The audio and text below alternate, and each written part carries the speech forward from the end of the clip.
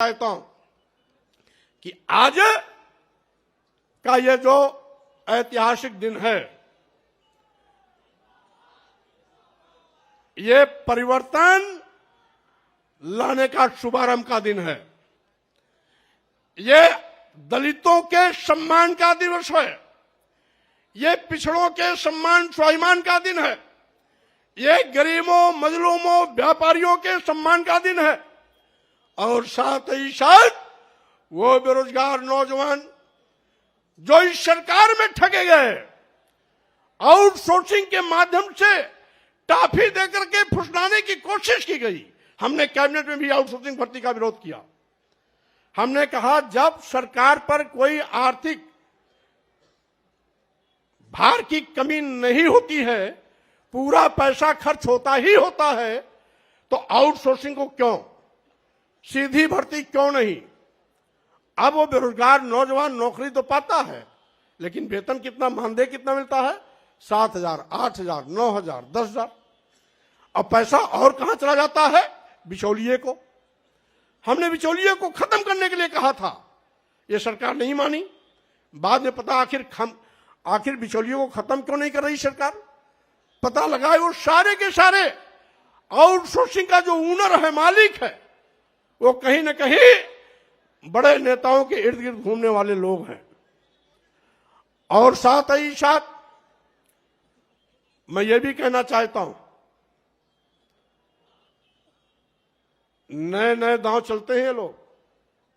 अभी प्रतिवर्ष केंद्र में 30 और 32 आईएएस प्रतिवर्ष चुने जा रहे हैं। लिखित परीक्षा नहीं, लिखित परीक्षा नहीं, केवल इंटरव्यू पर। उन 30-32 में एक भी अनुसूचित जात का नहीं, एक भी अनुसूचित जनजात का नहीं, एक भी पिछड़ा नहीं। आखिर आप तो दुहाई देते हो हिंदू का, तो इन बेचारों को क्यों बाहर कर देते हो?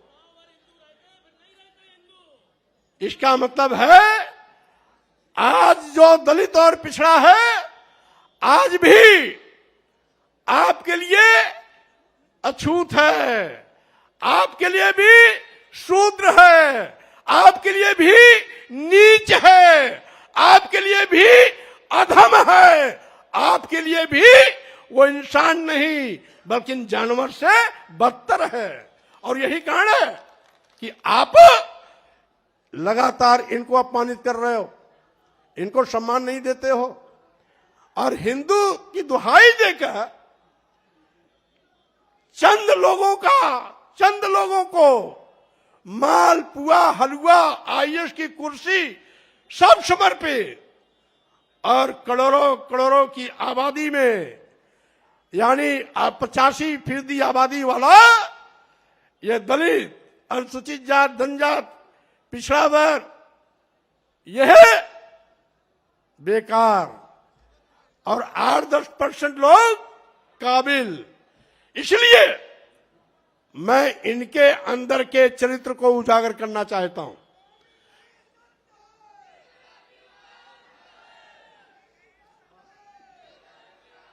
और साथियों, हमारे मीडिया के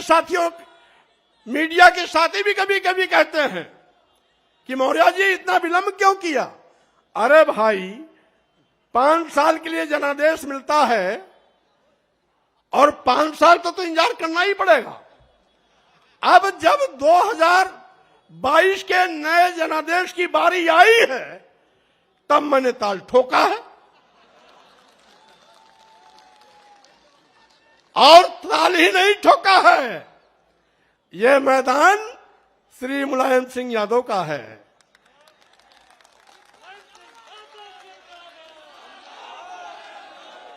और हम लोगों का बीच में रास्ता भले अलग अलग हो गया हो। शुरुआती दौर में जब श्री मुलायम सिंह यादव जी लोकदल के प्रदेश अध्यक्ष थे, तो उनके साथ मैं भी प्रदेश का महामंत्री था। मैं उनका जो हम अखिलेश जी से पूछेंगे, नेताजी का कौन सा दांव सबसे मशहूर था?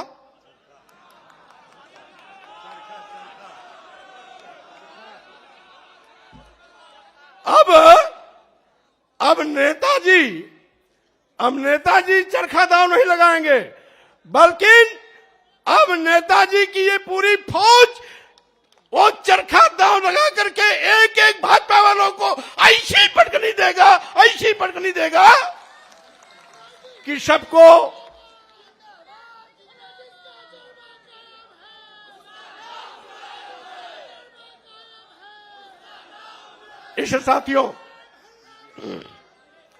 इस साथियों मैं आपसे आज ये अपील करने आया हूं कि आज मकर संक्रांति के दिन ये जो क्रांति का बिगुल बजाया जा रहा है, ये भारतीय जनता पार्टी का सफाया करेगा। साथ ही साथ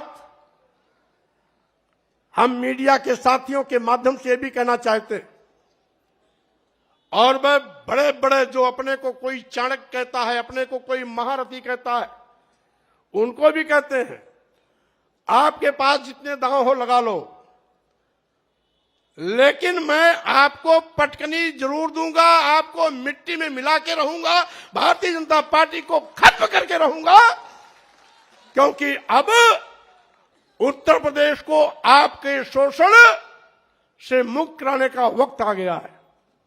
इसलिए आज मैं श्री अखिलेश यादव जी को और आप सभी लोग जो प्रदेश के कोने कोने से आए हैं, मकर संक्रांति के अवसर पर शुभकामना बधाई भी देता हूं।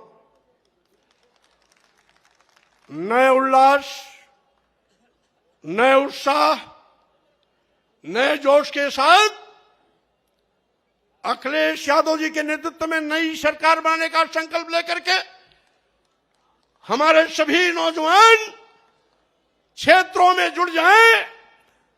10 मार्च 2022 को जब परिणाम आवे तो उस परिणाम से अखिलेश यादव जी के नेतृत्व में नई सरकार बने और भाजपा पूरी तरीके से सफाया हो जाए।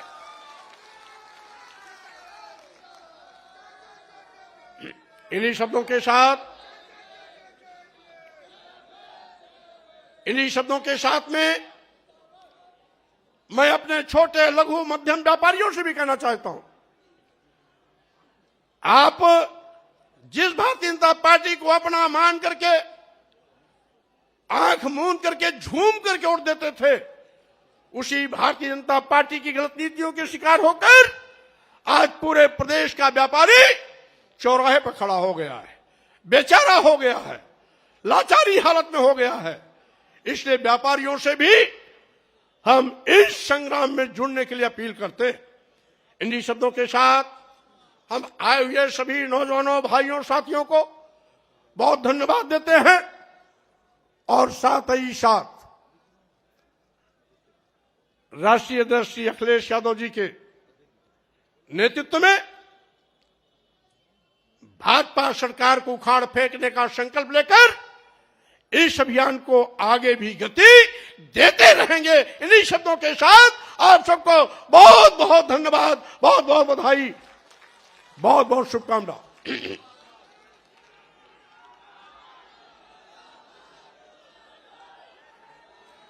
एक नारा हमारे साथ, दोनों हाथ उठा के मुट्ठी बांधकर, अभी नहीं भाई, जब नारा देंगे तब। 2 नारा रहेगा, एक डॉक्टर लोहिया जी का, एक डॉक्टर अंबेडकर का। डॉक्टर लोहिया अमर रहें, डॉक्टर लोहिया अमर रहें, डॉक्टर अंबेडकर अमर रहें, डॉक्टर अंबेडकर अमर रहें। बहुत बहुत धन्यवाद, बहुत बहुत धन्यवाद।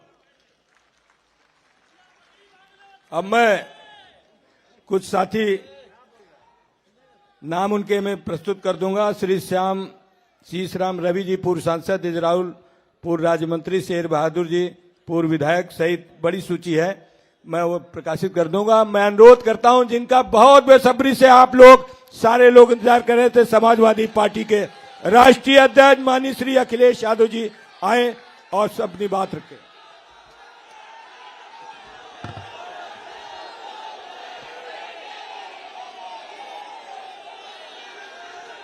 बहुत धन्यवाद आप सबका, बहुत बहुत धन्यवाद, बहुत बहुत धन्यवाद। हमारे साथ मंच पर बहुत ही पुराने नेता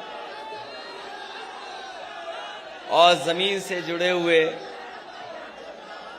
लगातार गरीबों के लिए, शोषित वंचित और तमाम वो लोग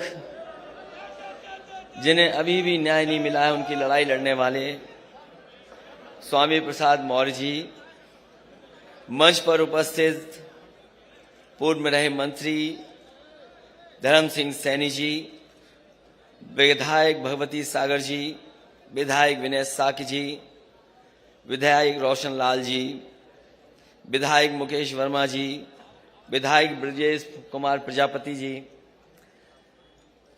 विधायक चौधरी अमर सिंह जी, पूर्व विधायक अली यूसुफ अली साहब, रामहित भारती जी, नीरज मौर्य जी, हरपाल सैनी जी, बलराम सैनी जी, राजेंद्र प्रसाद सिंह जी, विद्रोही धनपत राम मौर्य जी, गुरुराम चौधरी जी, पदम सिंह जी, और बड़ी संख्या में, क्योंकि नाम कई बार आपके सामने रखे जा चुके हैं, और जो लोग खबर को देख रहे होंगे वो जानते होंगे कि लगातार विकेट गिर रहे थे उधर पर।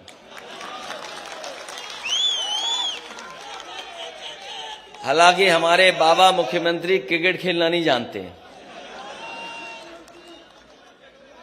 अगर वो क्रिकेट भी जानते होते अब तो उनसे कैच छूट गया।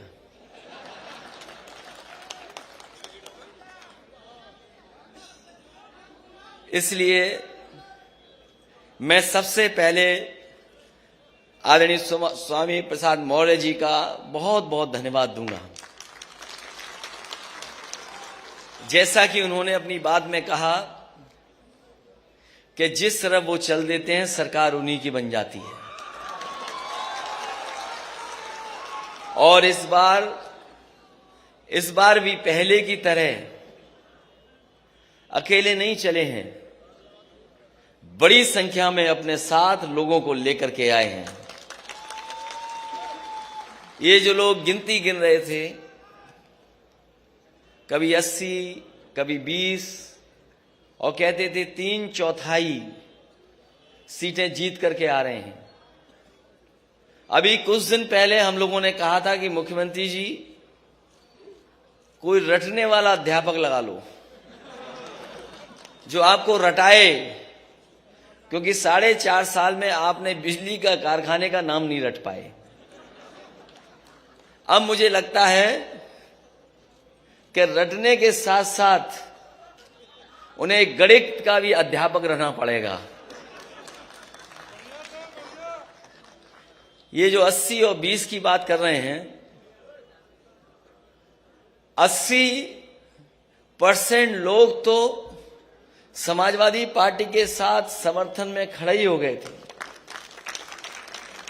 उन समाजवादी पार्टी के साथ जो गठबंधन था उसके साथ खड़े ही हो गए थे। और जिन जिन लोगों ने आज मंच को देखा होगा, इस मैदान को देखा होगा और स्वामी प्रसाद मौर्य जी की बात सुनी होगी, 20% भी उनके खिलाफ हो गए होंगे। तो अब भारतीय जनता पार्टी का सफाया होना तय है, अब कोई रोक नहीं सकता। और जो लोग 3/4 की बात कर रहे थे, सच्चाई है कि वो